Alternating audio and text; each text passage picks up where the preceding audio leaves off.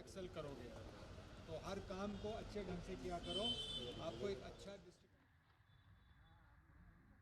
इन चीज़ों को दिखाएं, अपना हुनर दिखाएं। ठीक है, मुझसे लेना है? हाँ, मुझसे लेना है, आपसे लेंगे।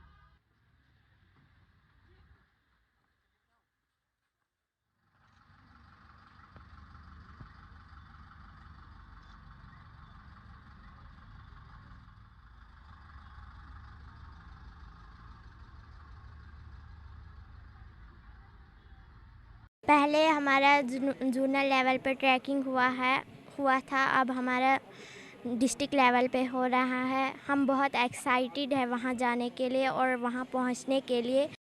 डिस्ट्रिक्ट एडमिनिस्ट्रेशन बच्चों के लिए काफ़ी कुछ प्रोग्राम जगह जगह कर रही है और आज हमारा district youth services and sports department inter zonal district tournaments Bhaderwah में रेजिडेंशियल ट्रैकिंग का करवाएंगे और इसमें हर जोन से बच्चे आए हुए हैं। वहाँ पे इनके कंपटीशंस भी करवाए जाएंगे और उनको पहाड़ों की सैर करवा के शाम को वापस बेस कैंप में लाया जाएगा।